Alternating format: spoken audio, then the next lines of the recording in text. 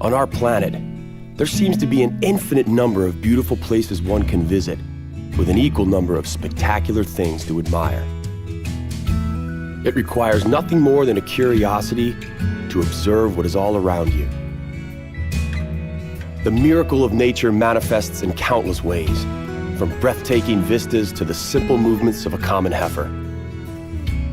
The purpose of this program is to present you with the extraordinary diversity of our miraculous blue planet so that you can discover these things for yourself. In this episode of Miracles of Nature, we will travel to the Holy Land, Israel. We will start in the south and work our way to the north. Along the way, we will stop to admire several locations. Some of the stops will take us to incredible works of nature, while others are the setting of biblical tales. We will also present places that are associated with historical turning points. We begin today's episode in the picturesque desert oasis of Ein Gedi, where King David found his refuge. In the north of Israel, we will climb the Golan Heights, whose natural beauty, sadly, is overshadowed by the ongoing conflict. We will conclude our Holy Land pilgrimage on the shores of the Sea of Galilee, tracing the footsteps of Jesus.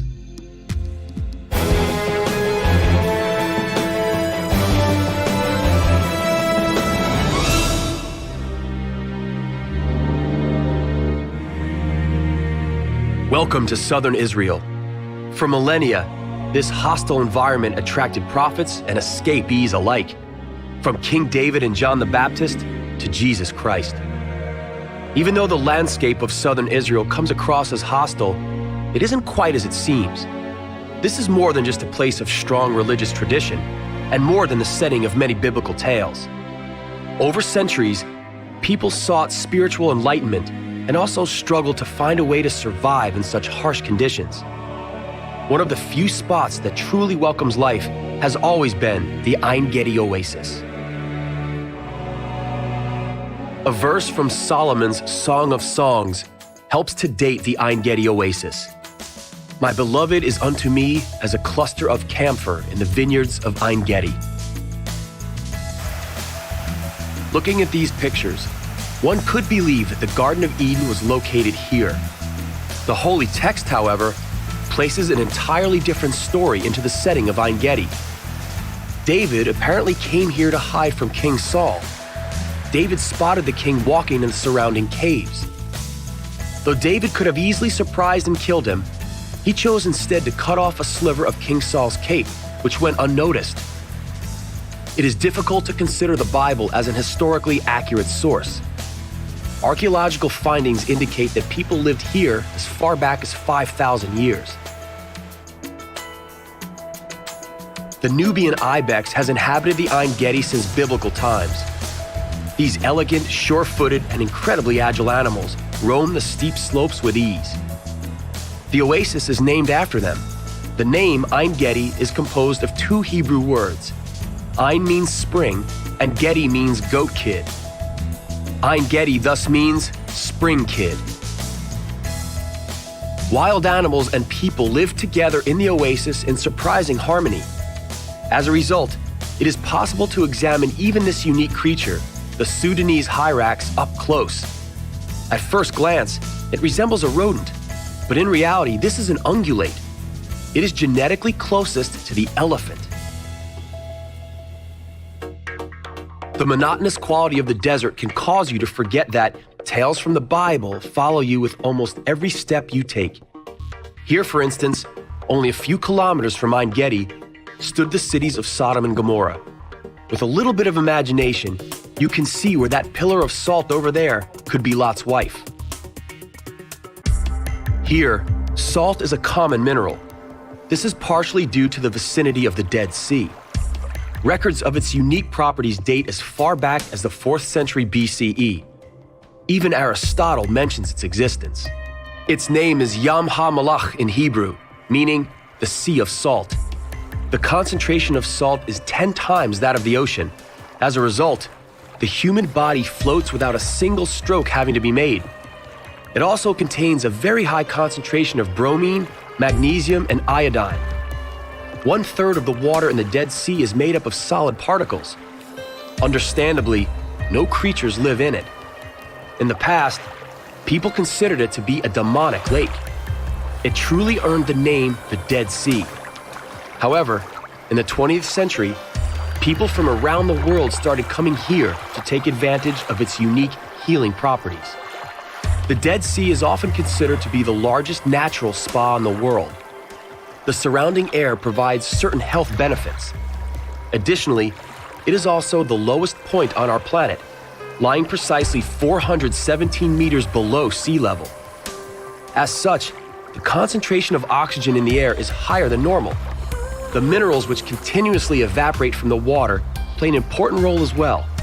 Bromine, used as an additive in sedatives, has a calming effect. Iodine enhances and improves thyroid gland functionality.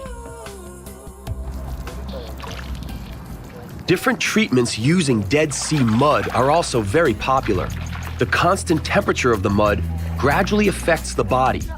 It helps lessen the pain associated with rheumatism and arthritis. The high concentration of minerals in the mud simultaneously stimulates blood circulation and has the ability to cure certain skin diseases. The mud originates from floods that washed it from the surrounding mountains. It becomes enriched with minerals and plant extracts during erosion. This miracle mud has become an extremely valuable commodity for export and sought after by innumerable cosmetic companies. The crude mud collected on the beaches is purified and worked into a very fine consistency.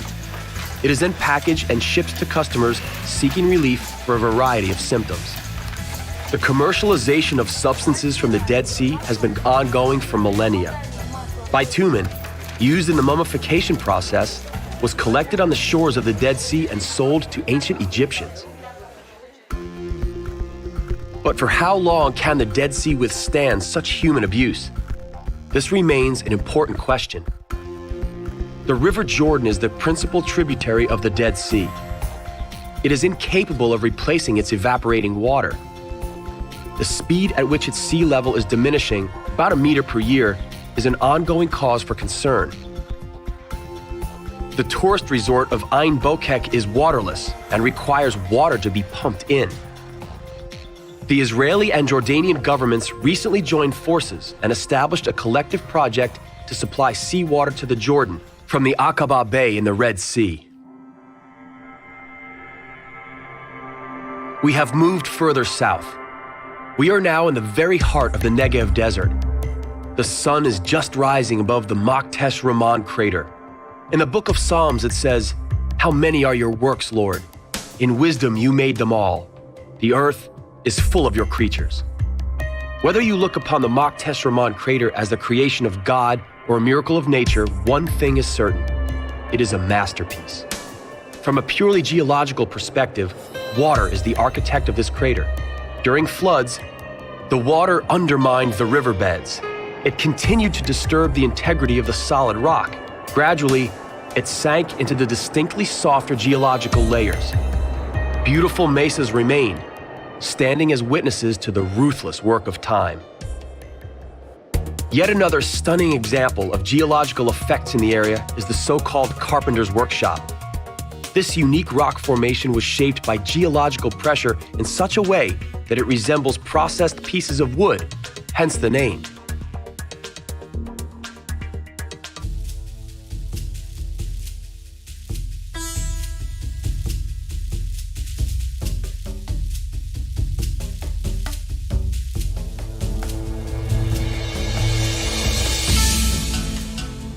Even though only 50,000 people live there, the Negev Desert constitutes more than half of Israel's territory.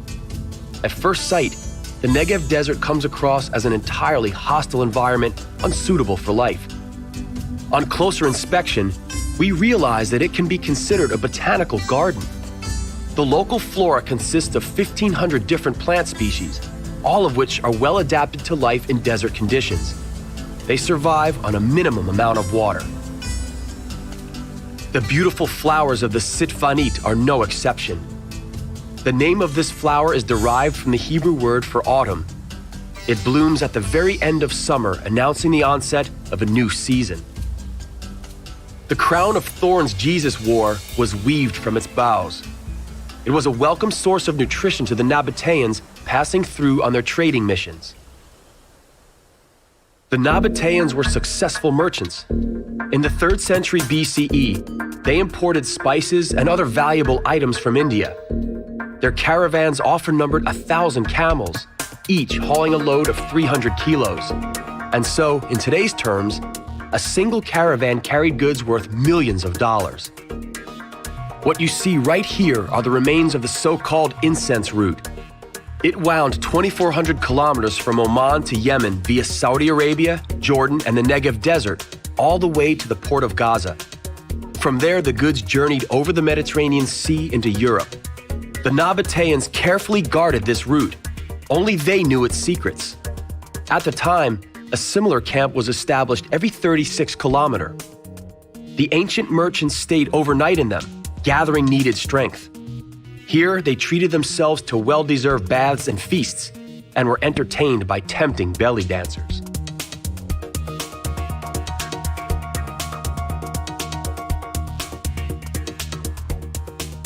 No wonder the Nabateans were known at the time as masters of the desert. Their route was precisely mapped and secured. Voluminous cisterns, hidden to passers-by, were erected in the valleys. A continuous water supply was ensured through an ingenious system of canals that brought rainwater from the surrounding hills.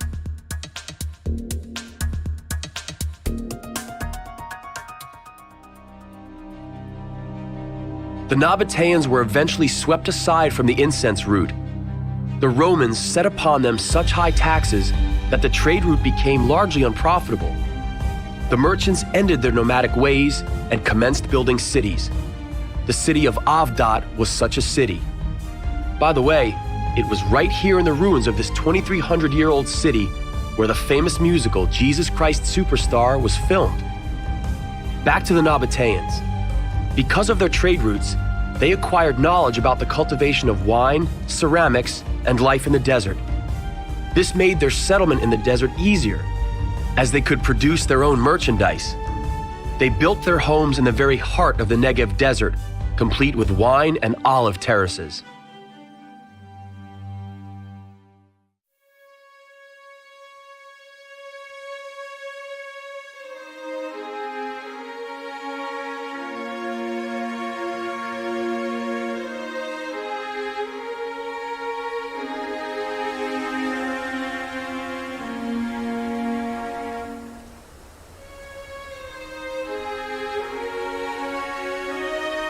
After 2,000 years, the ancient Nabatean gardens are still the daily toil of Israeli farmers.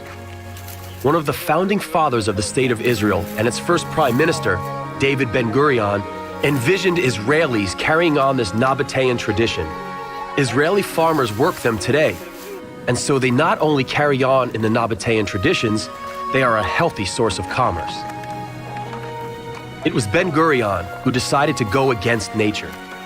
He saw the best hope for the state of Israel right here in the Negev Desert. He proclaimed, if the state does not stop the desert will stop the state. As a result, he is also known as the father of the Negev. It is thanks to him that Israel is among the countries with the greatest experience in desert irrigation and the protection of fertile land. We will end our journey through the Holy Land at the gravesite of David Ben-Gurion, located in the heart of his beloved Negev, above the Zin Valley in southern Israel. The surrounding hills are not as green as he might have wished, but the heritage of those who decided to take on the hostile nature and managed to make the Negev their home is an inspiring legacy to generations to come.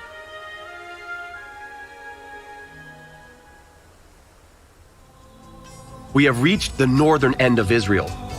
From the days of the 12 tribes of Israel, people hoped to settle on hills and highlands, believing that would bring them closer to the Lord. Even though the Golan Heights are part of the Holy Land, our interest in this area isn't spiritual in nature. The Golan Heights are of strategic military importance. Until recently, it was the center of Arab-Israeli conflict. The basalt plateau of the Golan Heights was raised by volcanic activity. It stretches from the Sea of Galilee all the way to the Lebanese border. In the east, the plateau reaches the capital of Syria, Damascus. It towers over the Israeli, Lebanese, and Syrian territory as a lookout post.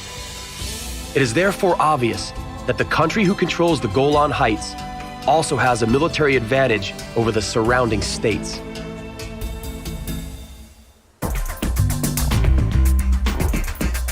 At their highest, the Golan Heights rise 2,224 meters above sea level.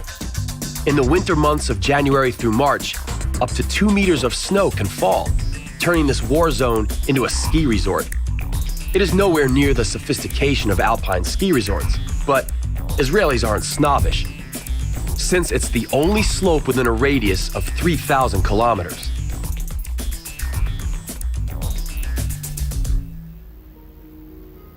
The advantageous position of the Golan Heights has drawn people since pre-biblical times. The 700 dolmens, erected 4,000 years ago by a civilization of ancient nomads, speaks testimony to that fact.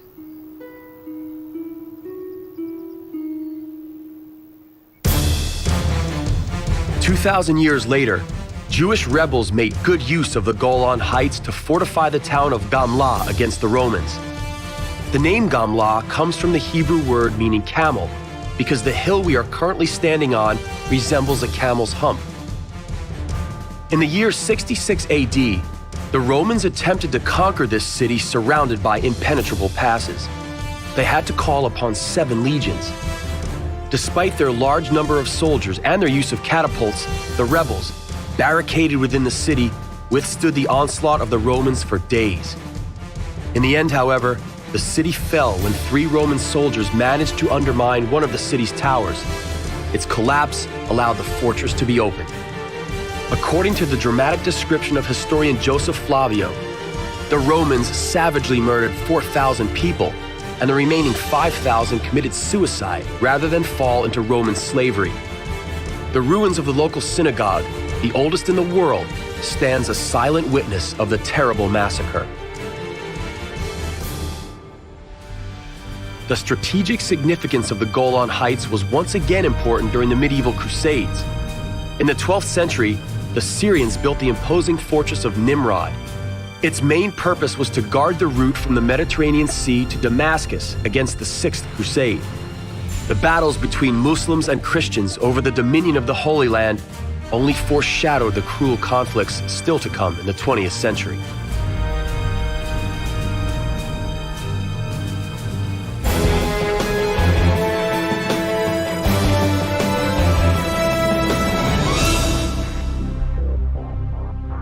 Shortly after the independent state of Israel was founded, the Syrians started using the strategic advantage of the Golan Heights to bombard the newly established Jewish state. The conflict climaxed when on the 10th of June 1967, Israel attacked the Syrian positions and occupied the Golan Heights. The so-called Six-Day War claimed thousands of lives, but didn't solve the situation. The escalating tension culminated in 1973 with a counterstrike of the coalition of the Arab states utilizing Soviet ammunition. The Arabs took the Jews by surprise, crushing them during an important Jewish holiday, Yom Kippur. The so-called Yom Kippur War lasted 12 days. 1.5 million soldiers, over 6,000 tanks, and 2,000 warplanes took part. In the end, the Golan Heights remained under Israeli administration. In 1981, Israel annexed the territory under an authority still in dispute to this day. As we travel the Golan Heights, we see the remains of war dispersed over a wide area. The situation is still far from resolved. Peace along the borders is barely maintained by United Nations troops, and Syria still has a claim to the Golan Heights. The Golan Heights come across as a hostile territory whose only significance is from a military perspective. But that's not their total value.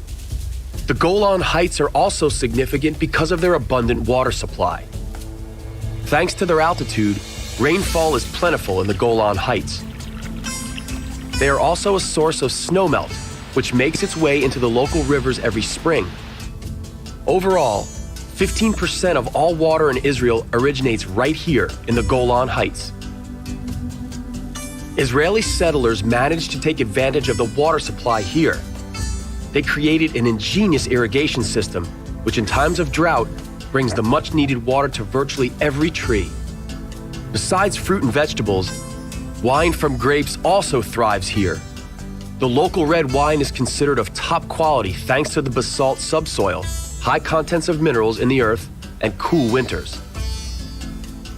The Golan Heights represent a true miracle of nature, a miracle that enables people to survive in the otherwise hostile and dry region of the Middle East.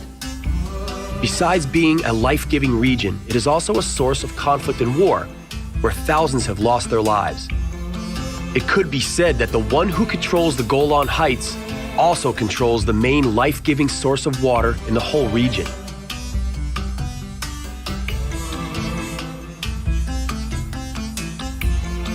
We move from the peaks of the Golan Heights to their foothills.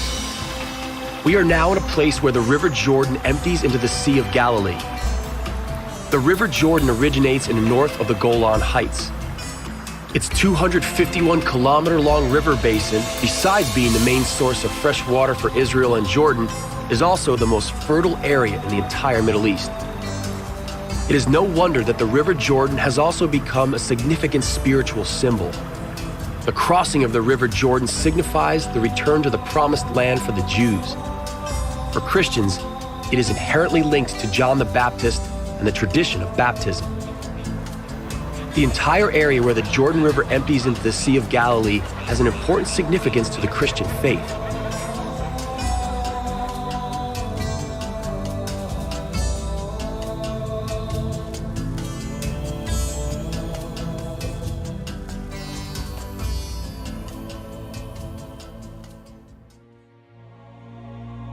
Jesus Christ settled not far from here in the village of Capernaum. He began to spread the Christian faith from a local synagogue whose remains stand till this day. Thousands of pilgrims from around the world follow the footsteps of Jesus to all the places where he made miracles happen and where he preached Christianity. For example, here on this rock, in a place called Tagba, he fed 5,000 famished people with 2 fish and 5 loaves of bread.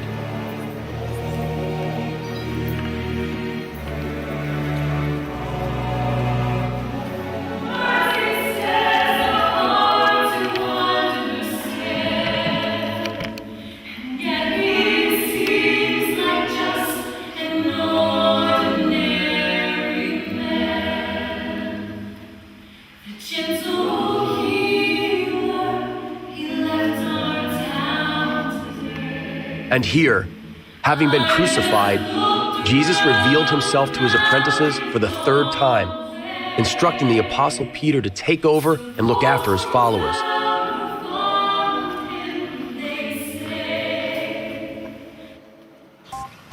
The fishermen of today sail out each morning on the Sea of Galilee in pursuit of fish. Sardines are the most common catch, but occasionally a larger fish will be caught. The best known is the tilapia. These were caught here as far back as the time of Jesus and so are stylishly referred to as St. Peter's fish. New species of fish, capable of cleaning the water, were introduced in recent years. This is because the Sea of Galilee, fed by the Jordan River, is a primary source of drinking water. Fishermen have fished these waters for generations. Their trade has become increasingly endangered in recent years. Due to the massive usage of its water, the Sea of Galilee is threatened with a similar fate as the Dead Sea. Its level has dropped by 3 meters in the last year alone, and the situation is now critical. Today's hard labor comes to an end. The fishermen are returning to the shore. May they come back tomorrow and in the upcoming years with a bountiful catch.